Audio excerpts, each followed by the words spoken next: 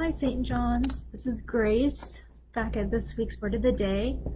For today, I chose the word manna for our Word of the Day, and I chose this based off of a little graphic novel book that I have. If you were on yesterday's Wednesday Word, you might have already heard this feel of it, so sorry, but it's a really good book and conversation. So the book is called Manna and Mercy, and it's by Daniel Arlander. It's basically his interpretation of the Old and New Testament. This is the entire Bible, believe it or not.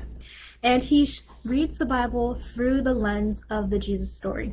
So, most of the time when we have our Bibles, the New Testament is about, a fourth of the total Bible.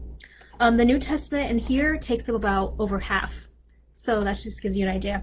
But one of the themes that he sees running throughout the entirety of the Bible is this theme of manna and mercy.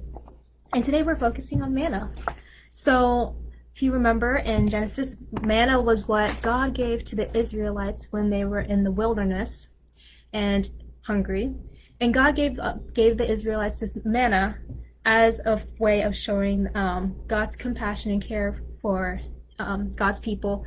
And God also sent messages about how we were supposed to live and how the world is supposed to be.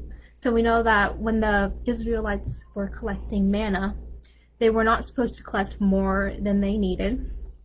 And they also know that, or were supposed to trust that God would provide them with manna each day. So right there are lessons about God's provision and trusting in God. And then to give you some little insights on this book, when the Israelites are in the wilderness, this author says that they're in wilderness school. So here, they're in the wilderness school, and manna, God's sending of the manna, is God's first lesson for the Israelites. It's the first out of 10 lessons that they have to learn. And so this is in the beginning of the book, but later in the book, in the New Testament section, the author continues to bring up the idea of manna and God's giving in the manna. In this section, the author is talking about a new society and how Israel is meant to be, and the world that God continues to want and strive for. And so I'm going to read you a passage from the book. This section takes place in the New Testament. It's not a literal translation or interpretation of the biblical text, but kind of the author's commentary on what's going on and how the stuff that happens in the New Testament is informed by the themes. So this is what it says.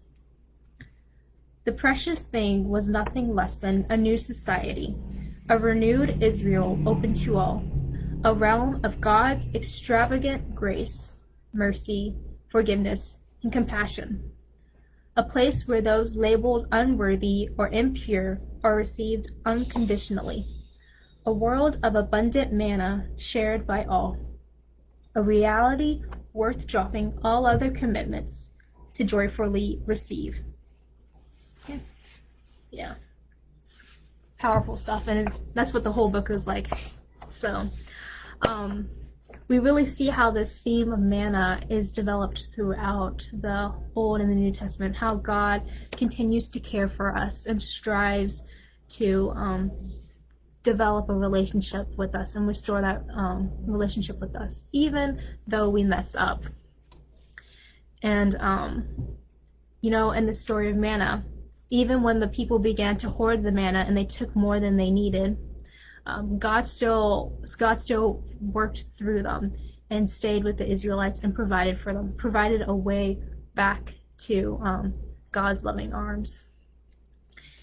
And then one thing I want to talk about is that I like about this book, is that the author, the way that the author chooses how to organize the book or decide what to include in it and what to not include, is that the parts of the Old Testament and the New Testament that come into focus for him are the parts that envision a just, merciful, peaceful, inclusive, and non-hierarchical society.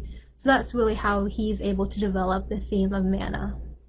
And then so that means that the passages that show this more ethnocentrism, exclusion, patriarchy, and domination, imperialism, those passages in the Bible kind of recede, and they're not as important in the overall theme of manna and mercy. They are a part of the biblical narrative, and there's something to learn from them. But you know, that's complete other conversation.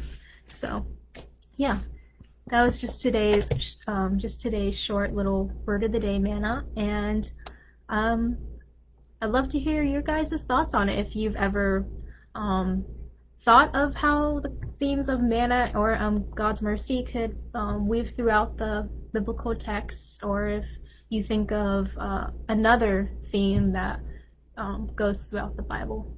So, thanks for watching. See you on Sunday if you join us on live stream or if you come in person.